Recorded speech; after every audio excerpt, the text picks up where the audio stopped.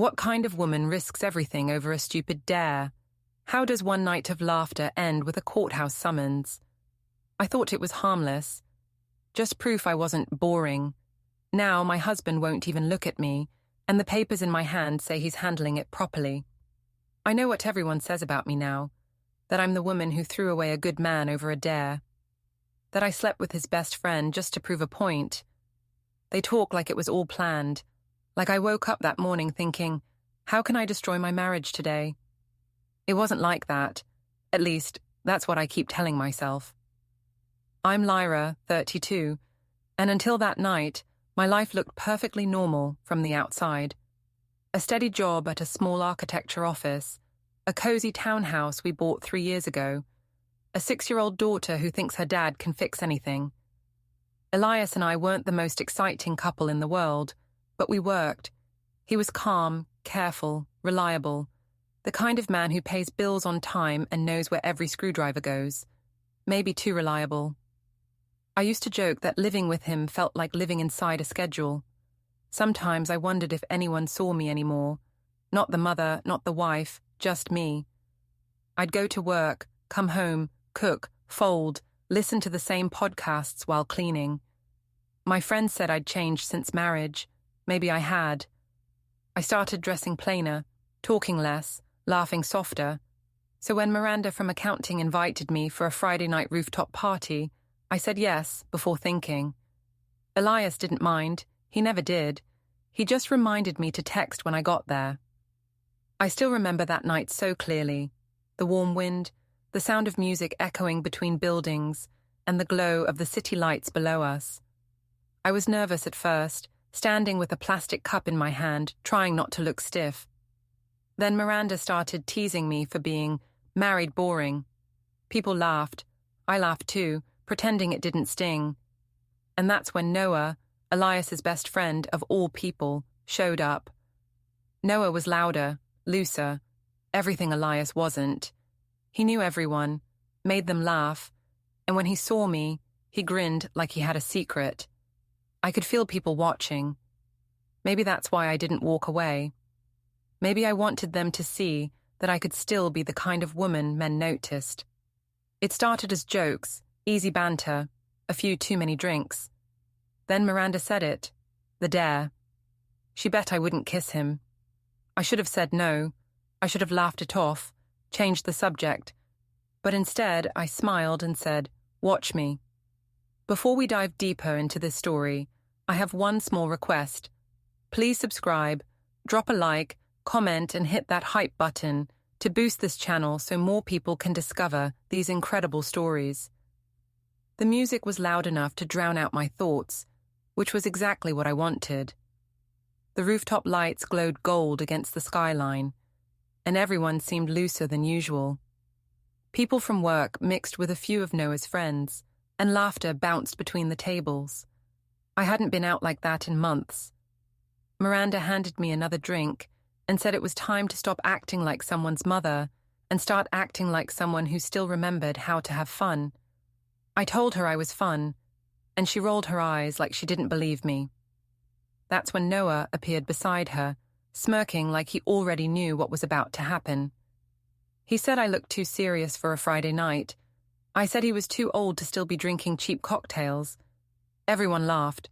It was harmless, or at least that's what I thought. The more I joked, the more I saw people watching us, waiting for me to do something shocking. And maybe I liked that feeling.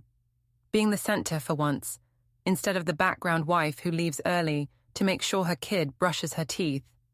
Noah was smooth in that careless way men get when they know they can get away with things.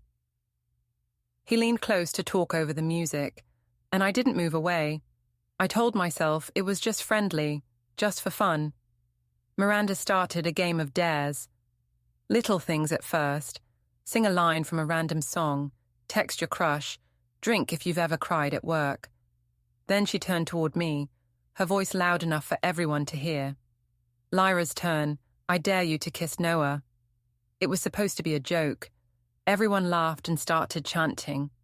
I laughed too, waving my hand like it was ridiculous. But they kept chanting, and Noah just smiled, waiting. He said I didn't have to do anything I didn't want to. That made it worse somehow. Made me want to prove I wasn't scared, that I wasn't boring. I remember saying, "It's just a dare, calm down." I stepped forward and kissed him. It was quick at first, the kind of thing that should have been over before anyone blinked. But then his hand touched my arm, and I didn't pull away fast enough. The laughter around us faded into a blur.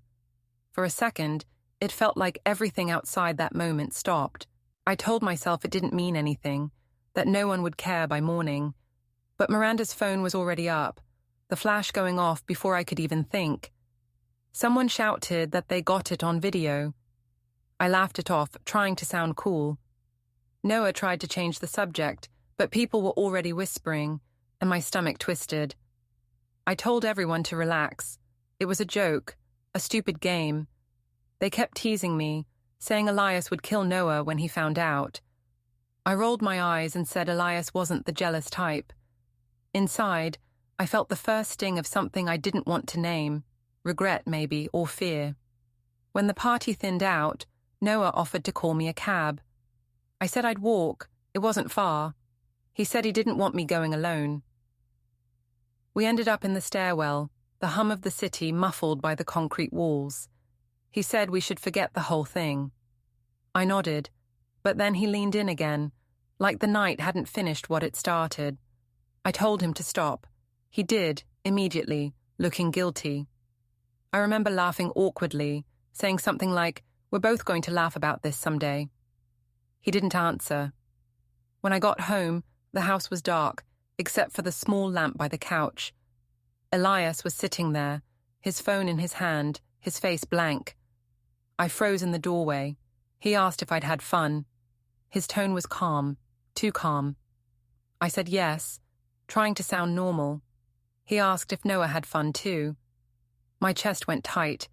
I asked what he meant, and he turned his phone toward me. The picture, me kissing Noah, eyes closed, someone's drink midair behind us. I opened my mouth, but nothing came out. I said it was a dare. I said everyone was laughing. I said it wasn't what it looked like. He didn't say anything for a long time. Then he stood up, placed his phone face down on the table, and said he needed air. The way he said it made something in my throat close up. I followed him to the door, saying he was overreacting. He didn't even look at me. He just grabbed his keys and walked out. The door clicked shut behind him. I stood there, still wearing my heels, my stomach spinning like I was still at the bar. I wanted to call him, but I didn't. I wanted to text Miranda, but I didn't. I just stood there, watching the light from the street fade across the floor, realizing too late that the night wasn't over. It had just started tearing everything apart. The next morning, the house felt like a stranger's place. His shoes were gone from beside the door. His pillow didn't smell like him anymore. I made coffee just to have something to do with my hands, but I couldn't drink it. The silence was thick, heavier than any argument we'd ever had. When I tried to call him, it went straight to voicemail. I sent a few texts. "Can we talk?" Then, "Please come home." Nothing. By noon I convinced myself he just needed time to cool off. Men always needed time. I told myself he'd come back once he realized how silly it all was. It wasn't like I had cheated. Not really. It was just a stupid kiss, a dare. Everyone had seen it. That meant it wasn't secret, right? Secrets are what make things wrong. I repeated that line to myself until I half believed it. At work that Monday, the whispers started before I even sat down. Our office was small, one of those open spaces where gossip spreads faster than coffee smells. I saw Miranda whispering to someone near the copier. They both looked at me, then looked away. When I reached my desk, I opened my email to find a message from HR asking me to stop by for a brief chat. My stomach dropped. In the meeting room, the HR manager smiled the way people do when they're about to say something bad. She said someone had reported inappropriate conduct at a work-related gathering. She didn't say Noah's name, but she didn't need to. She said it was probably just a misunderstanding, but she had to ask if anything happened that might cause discomfort or damage the company's image. I said absolutely not. It was a personal evening, not work. She thanked me and asked me to avoid social entanglements that might create confusion. I smiled and said I understood. I left feeling humiliated and furious. Back at my desk, I texted Miranda, asking what she'd told them. She replied, "Nothing major. Chill. Everyone already knows anyway." My hand shook. I looked over and saw Noah coming in late, sunglasses on indoors, pretending not to see me. He used to always stop by my desk for a quick chat, but that day he walked straight past. I wanted to run after him, to make him say something normal so I could feel normal again. That evening, I went home hoping Elias would be there. He wasn't. His car was gone. There was a note on the counter. "Dinner's in the fridge for Maya. No love, no see you later." Just that. The small, neat handwriting I used to find comforting looked like a stranger's. Maya was upstairs drawing, humming to herself. I told her Daddy was working late. She nodded like it was the most normal thing in the world. Later, when she was asleep, I checked Elias's study. It wasn't locked. He never locked it. But everything inside was too tidy. His files were stacked neatly on the desk. There was a spreadsheet open on his laptop labeled Household. I didn't open it. I just stared at it for a while, wondering when he'd had time to make something like that. He never left his computer on.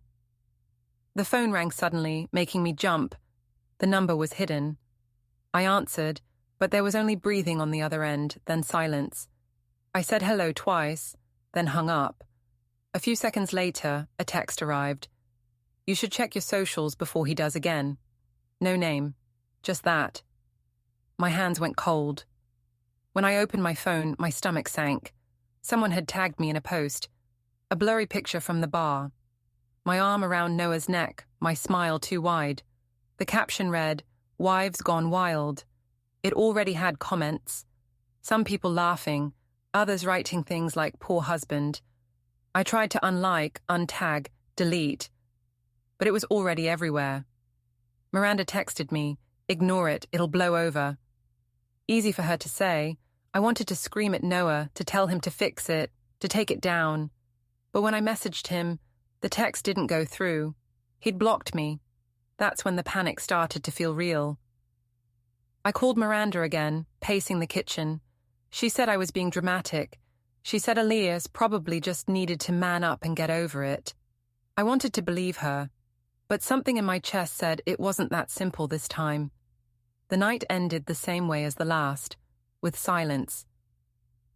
The clock blinked past midnight while I sat on the couch waiting for the sound of his car. It never came. I left the kitchen light on, thinking maybe it would feel more like home that way. But when I finally went to bed, I noticed his nightstand drawer was empty. No watch, no wedding ring, nothing.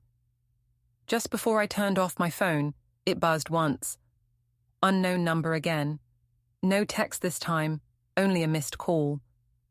I stared at the screen until it went dark. The room felt even colder than before. By the end of the week, the whole city seemed to know. At least, that's how it felt.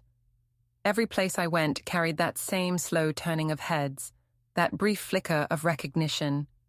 The supermarket was the worst. I was standing in line with milk and cereal when I caught the woman ahead of me whispering to her friend. I heard my name, then I heard Noah's. They glanced back at me and quickly looked away. My throat went dry.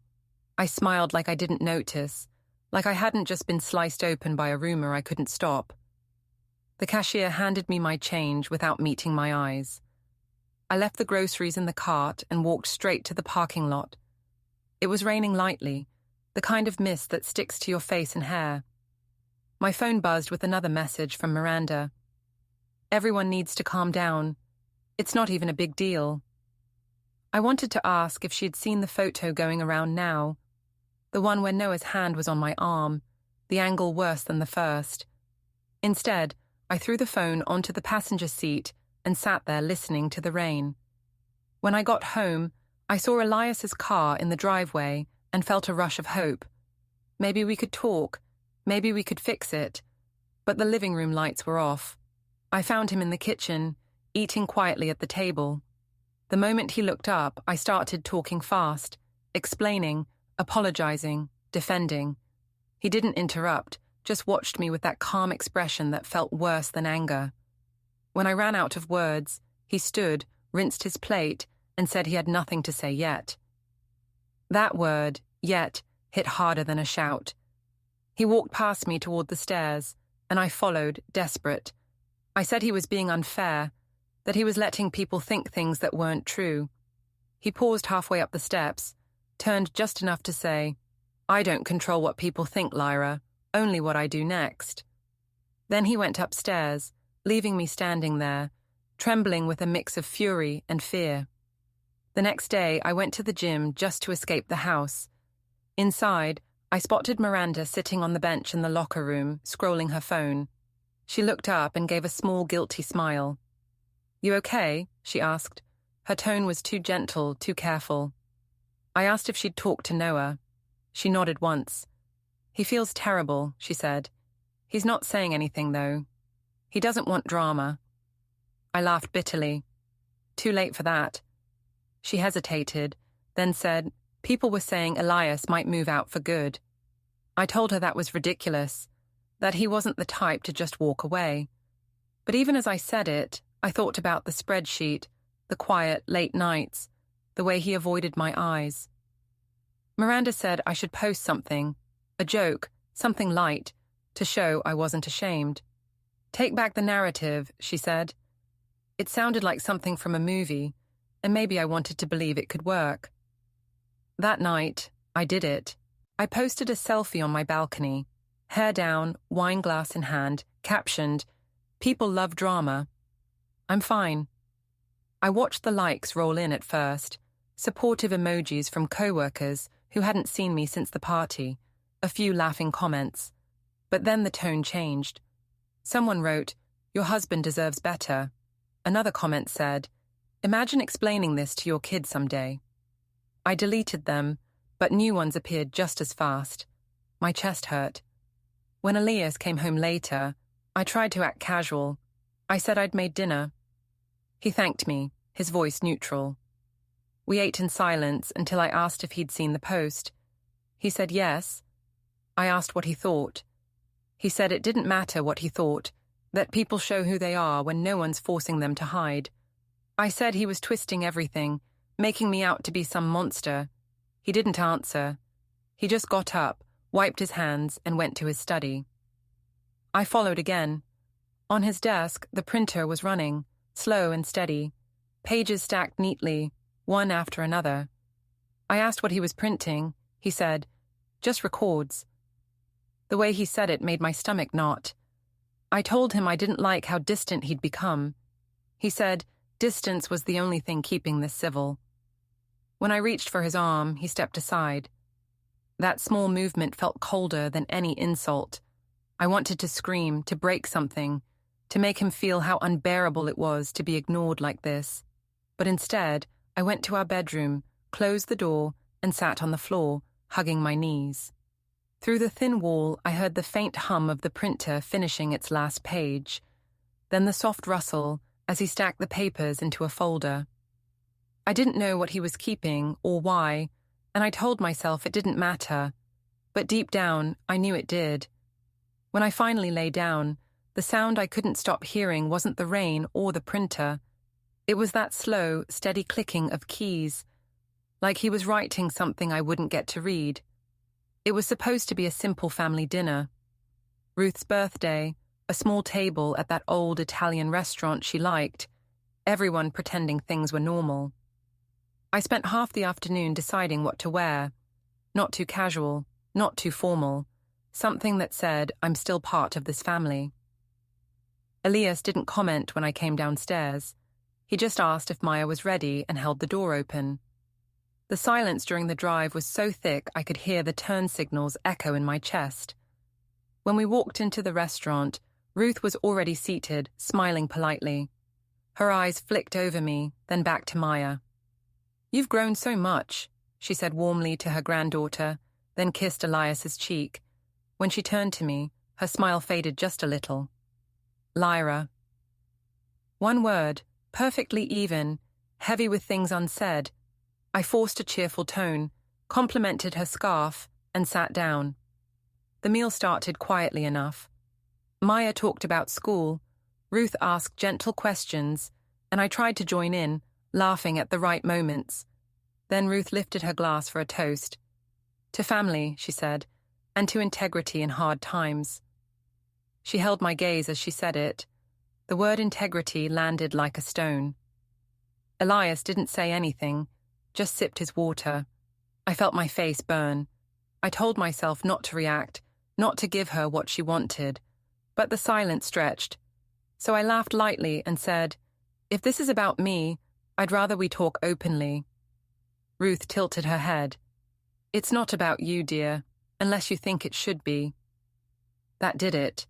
I started defending myself right there at the table, words spilling faster than I could stop them. I said people were exaggerating, that one mistake doesn't erase a whole marriage, that Elias was punishing me for something that didn't even mean anything. The waiter froze, halfway to our table before turning quickly away. Maya looked from me to her father, her small hands twisting her napkin. Elias finally spoke, quietly. "This isn't the place." His voice was so controlled, it frightened me more than if he'd yelled. I dropped my fork, embarrassed. Ruth folded her napkin and said, "Maybe next year we'd all find better things to toast." When the check came, Elias paid before I could reach for my purse. Ruth kissed Maya goodnight, nodded once at her son, and barely looked at me as she left. On the drive home, no one spoke. Maya fell asleep in the back seat, her head against the window. I stared straight ahead, feeling trapped in a glass box I'd built myself. The next morning, I tried to make things normal again. Pancakes, orange juice, cartoons for Maya. When Elias came downstairs, I said good morning. He said it back, polite but distant. We moved around each other like guests in a rented kitchen. Finally, I asked if he was going to keep ignoring me forever. He said he wasn't ignoring me, just thinking. "About what?" I asked. "About how we got here," he said. I started crying then, out of frustration more than sadness. I told him I couldn't stand the way he looked at me like I was a stranger. I reminded him of all the years we'd been happy, all the things we'd built. He said those things were exactly why he was being careful now. I didn't understand what that meant, but it scared me. Later that week, I went to pick Maya up from school. Parents were waiting in a loose line, chatting in little groups. When I arrived, the conversations faltered. I heard one mother whisper, "That's her." My face felt hot again. Maya ran to me, waving her backpack proudly. "Daddy's coming to my class talk tomorrow," she said. I smiled and said that was great. Then she added, "Is he coming home too, or just to see me?" The question hit like a punch. I crouched down and smoothed her hair, forcing a smile. "Of course he's coming home," I said quickly, but my voice cracked halfway through, and I could tell she didn't believe me. She looked up, her little brow furrowed. "You and Daddy aren't happy, are you?" I opened my mouth to answer, but nothing came out. That night, I sat in the dark living room long after Maya went to bed. The hum of the fridge was the only sound. When Elias came home, I asked if we could talk. He nodded but didn't sit. He said we'd talk soon, that he had things to finish first.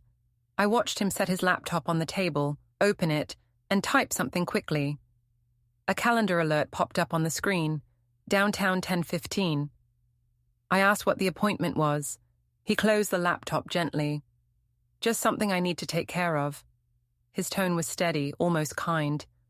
That scared me even more. After he went upstairs, I sat staring at the faint glow under the door, trying to imagine what downtown 10:15 meant. My hands were shaking, but I didn't know if it was from fear or anger. Maybe both. When the alert sound replayed softly from his phone, I finally realized that whatever was coming next, I wouldn't be able to laugh my way out of it this time. By the time the next weekend came, the house didn't feel like a home anymore. Everything had an order that wasn't mine. The shoes lined perfectly by the door, the stack of mail sorted by color-coded sticky notes, the silence stretched across every room. I tried filling it with noise. Music while I cleaned, cartoons for Maya, the washing machine running just to hear something. But even the sound of water spinning felt wrong. Elias moved through the house like a careful guest. He wasn't cruel, not even distant in an angry way, just measured. He spoke softly to Maya, asked how her homework was going, reminded her to brush her teeth. To me, it was only practical words. Do we have milk? Did you pay the power bill?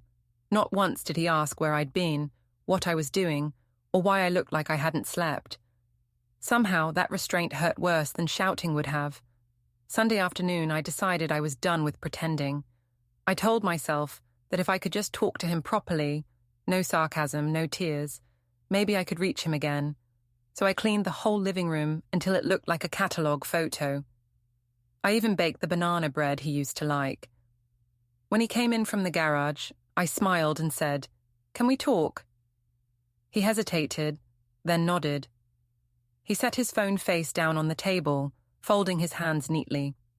I started with the only thing I could think of. I miss us. His eyes didn't change.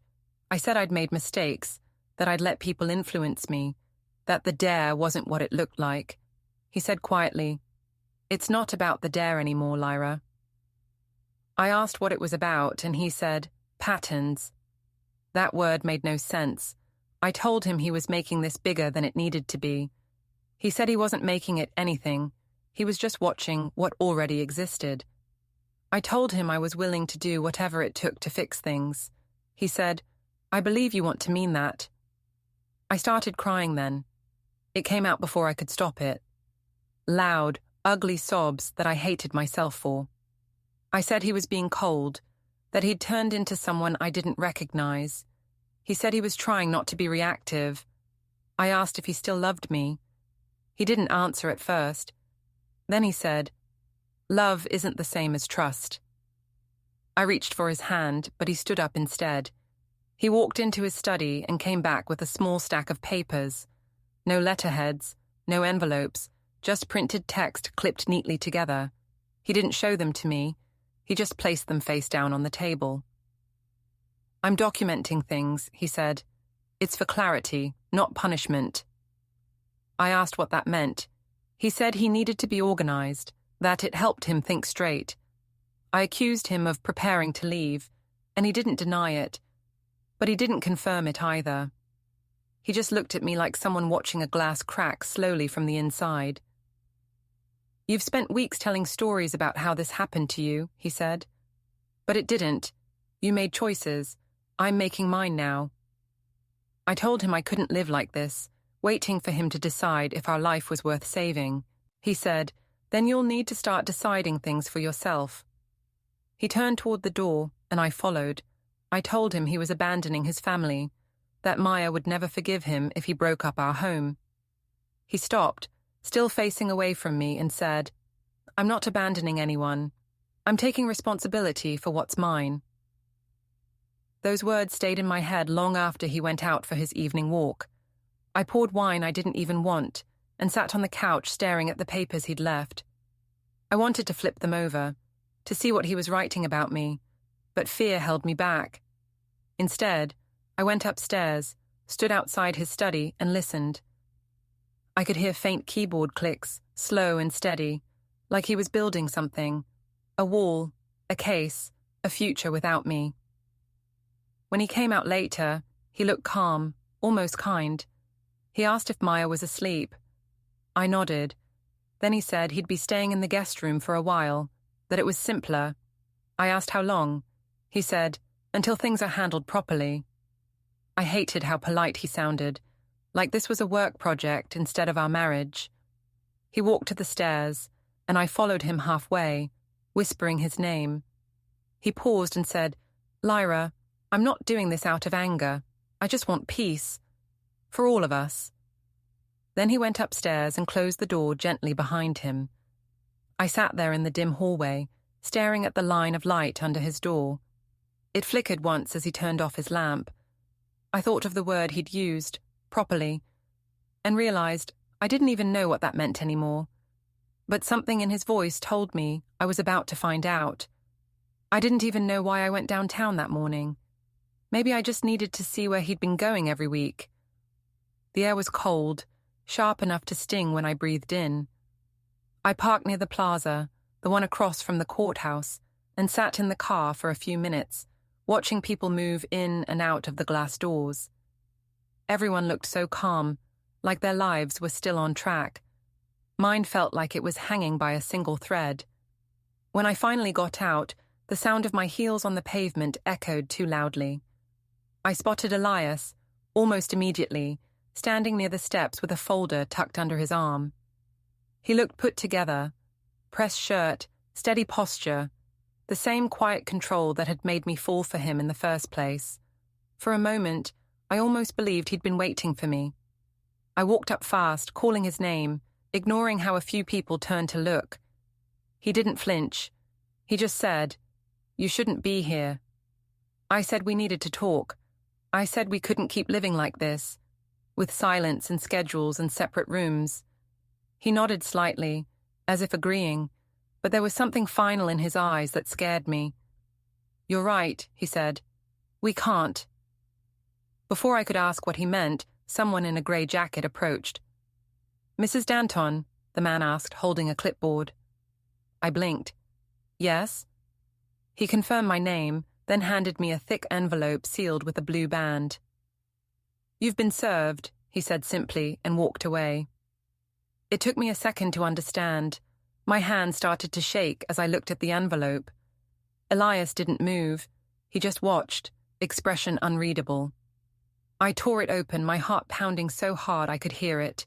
The first words hit me like a slap. Petition for dissolution of marriage. My vision blurred. There were other pages, temporary custody schedule, possession orders, financial disclosures. But the words might as well have been in another language. I looked up at him, still holding the papers. "You filed?" He nodded once. "I told you I'd handle it properly." I said he couldn't just do this in public, in front of strangers. He said he hadn't planned the location. I had shown up on my own. I asked how long he'd been preparing this. He said, "Since the night you told everyone it was just a joke." His voice didn't tremble. Mine did. People were passing us now, slowing down, whispering. Someone across the plaza raised a phone. I felt my face flush hot. "You're humiliating me," I hissed. "You think this makes you look strong?" He shook his head. "It's not about looking strong. It's about being done." I told him he was overreacting, that we could still fix it, that couples survive worse things. He said quietly, "I'm not trying to survive this anymore." Then he turned to leave. I reached for his sleeve, but he stepped aside, and my hand closed on air. The papers fluttered from my grasp, scattering across the plaza. A breeze caught one page, temporary custody of minor child, Maya Danton, and it slid to his feet.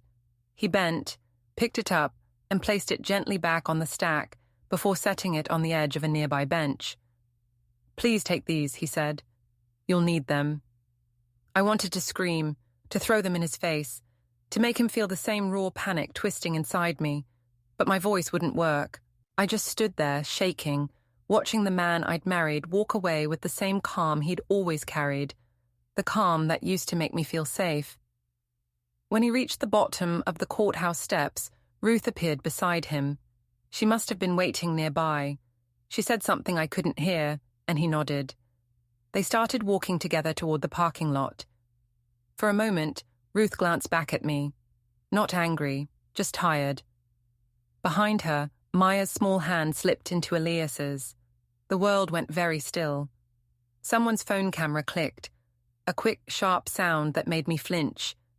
I turned toward it, blinking against the sunlight, realizing how this must look. A woman in wrinkled clothes, clutching divorce papers she pretended not to deserve. The wind lifted again, scattering the last few pages across the ground.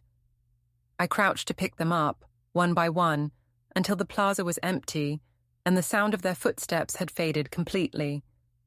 When I straightened, I saw my reflection in the courthouse window. A stranger staring back, holding her own undoing in her hands. For a second, I almost called out his name again, but I knew he wouldn't turn around. Then another flash went off from somewhere behind me, and I realized this was the moment everyone would remember. Not the dare, not the laughter, not the night that started it all, but this, me, standing alone in public, finally out of excuses. Don't forget to hit like, subscribe, and turn on the bell so you don't miss the next story. Write in the comments from which city you are watching.